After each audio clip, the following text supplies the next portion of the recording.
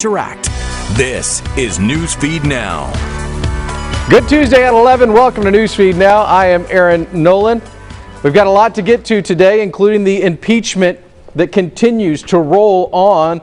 The impeachment trial, the White House is actually continuing its defense right now, but new allegations are causing a stir on Capitol Hill. Here's Kelly Meyer. The question over whether or not to bring in new witnesses just got new life, as Democrats and even some Republicans are considering the option. President Trump's Senate defense on Monday was overshadowed by new information that could impact the future of the impeachment trial. According to the New York Times, a draft of former National Security Advisor John Bolton's upcoming book says the president told him he didn't want to release aid to Ukraine without an investigation into the Bidens. Do not get distracted by the shiny objects of saying we need witnesses or Bolton's new manuscript or anything else. Members of President Trump's congressional legal team, Georgia Congressman Doug Collins and North Carolina Congressman Mark Meadows, say they aren't worried. What we have is a report of a manuscript that no one's read, that is selectively leaked to the New York Times, that ultimately do not change the facts of what we're talking about here today. In light of the news, a few Senate Republicans are now saying they may vote with Democrats to call new witnesses, including Bolton. Democratic Alabama Senator Doug Jones is pushing to make that happen. When you have witnesses who have firsthand information and knowledge, and they've got documents one way or another, I think you have to hear from those witnesses. President Trump is denying Bolton's account, tweeting, quote, "I never told John Bolton that the aid to Ukraine was tied to investigations into Democrats, including the Bidens. Democrats need at least 4 Republicans to vote for new testimony. The president's defense is expected to wrap by Tuesday." The president's defense team addressed Bolton's allegation on Monday, saying they do not deal with speculation.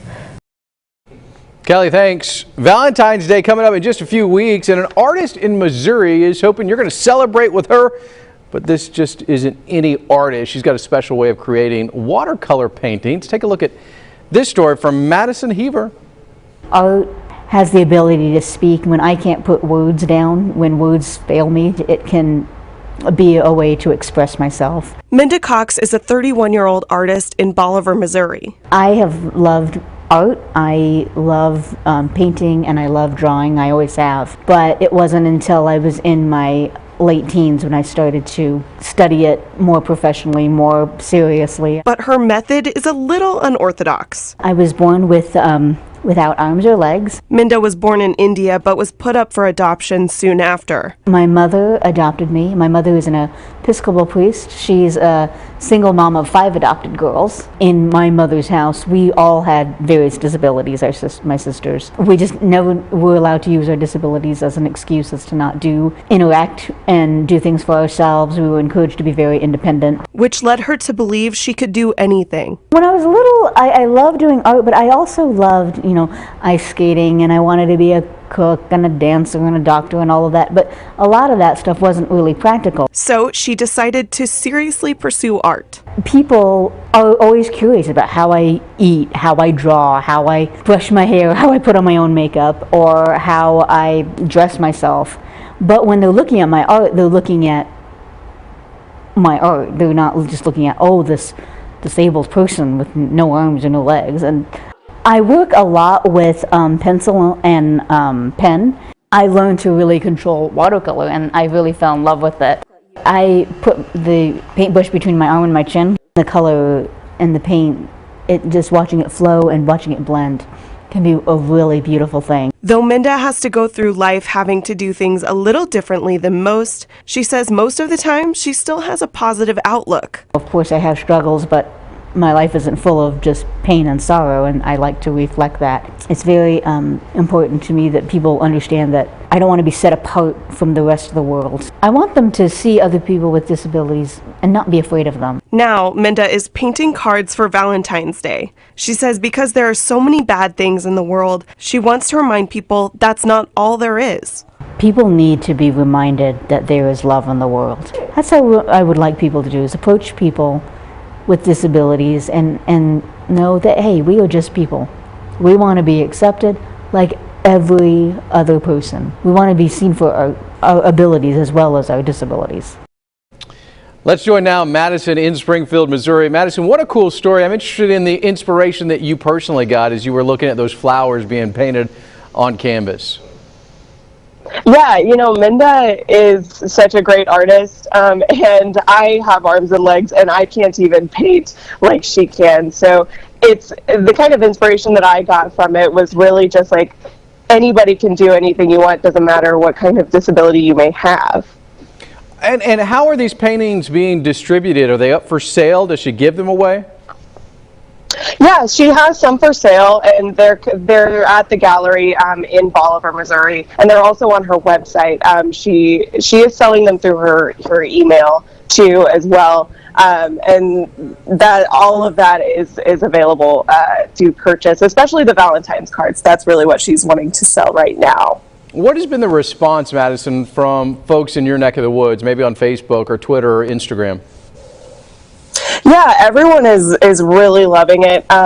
You know, she's been in Bolivar for some time now, but a lot of people haven't gotten to know her or seen her, and I feel like talking with her, it really did give a voice and you know, exposure to her as an artist. Like she said in the story, she doesn't want to be recognized for her well, she does want to be recognized for her disabilities, but also her abilities.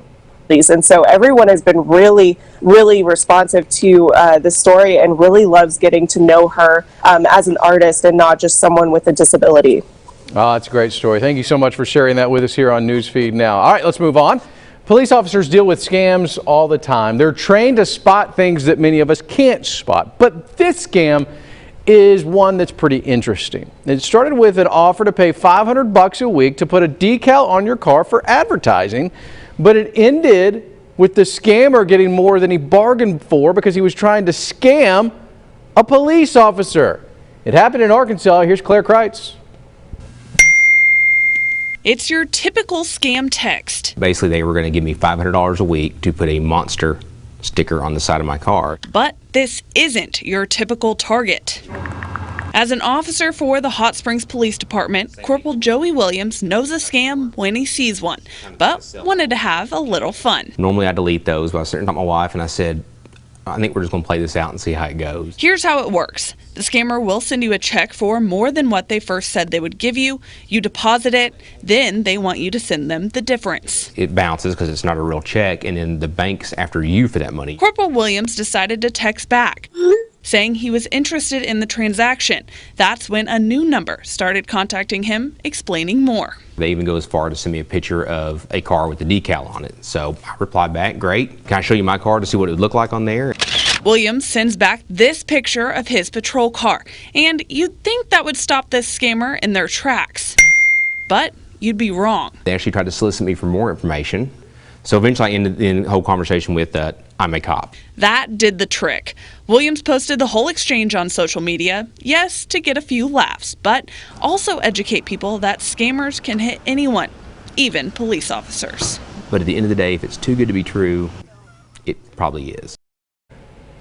All right, let's bring in Claire now from Little Rock, Arkansas. Claire, this is such a cool story because I think we all have that in us, that we want to make sure that we can get those guys. We want to scam the scammers. How quickly did Corporal know that, you know what, I'm gonna tease around with this guy just a little bit? He said from the very first text, he usually deletes them, but this time he just wanted to have a little fun. He told his wife, I'm going to play along with this for a little bit. Have you ever done that before? Maybe a call? I have not. I have not played along. I usually just hang up, but honestly, now I might. I actually think you should. I have asked for managers. I've said, you know, sure, I'd like to take your survey. But to me, it's always like Christy from Card Services that calls. Yeah, for me, it's a lot of people. I'm from Texas. A lot of people in Texas saying that, you know, a car warranty or credit card, something like that. Yep. When I don't even have, you know, a Chase credit card or anything like that. Before you go, is there anything that police can do in these situations? I know from attorney generals that I've spoke with from different states that these are very difficult to kind of process as a crime and even more difficult to get them into court. Was there anything that the corporal could do in this situation, maybe to hold these people accountable for trying to steal money? Well, the thing is, he said they're usually not in the area. They're usually somewhere overseas, anything like that, and they're protected. They know what they're doing, and they can hide behind these fake accounts and fake email addresses, numbers, things like that. All right, here's a true story, Claire. I've told this before on Newsfeed Now. I told someone once that called me asking for money. I said, man, you're just trying to get my money. This isn't cool. You know, I work for the TV station, and he said something to me like, you'll never catch me, you little beep, and then hung up. Kid you not. Kid you not. Oh, my gosh. Yeah. Oh, my gosh. It wasn't very nice. That's why I like to have fun with them, because their blood pressure maybe gets as high as the people they're trying to take advantage of, and that's enough to tick me off. That's true. And the sad part is they do get away with it. Yep, you're right. All right, Claire, thanks so much. Hey, we're talking about the Super Bowl now. Super Bowl 54 right around the corner. It's in Miami as San Francisco takes on the Kansas City Chiefs. 300,000 folks are expected to soak up the sun on Miami Beach every day leading up to the Super Bowl.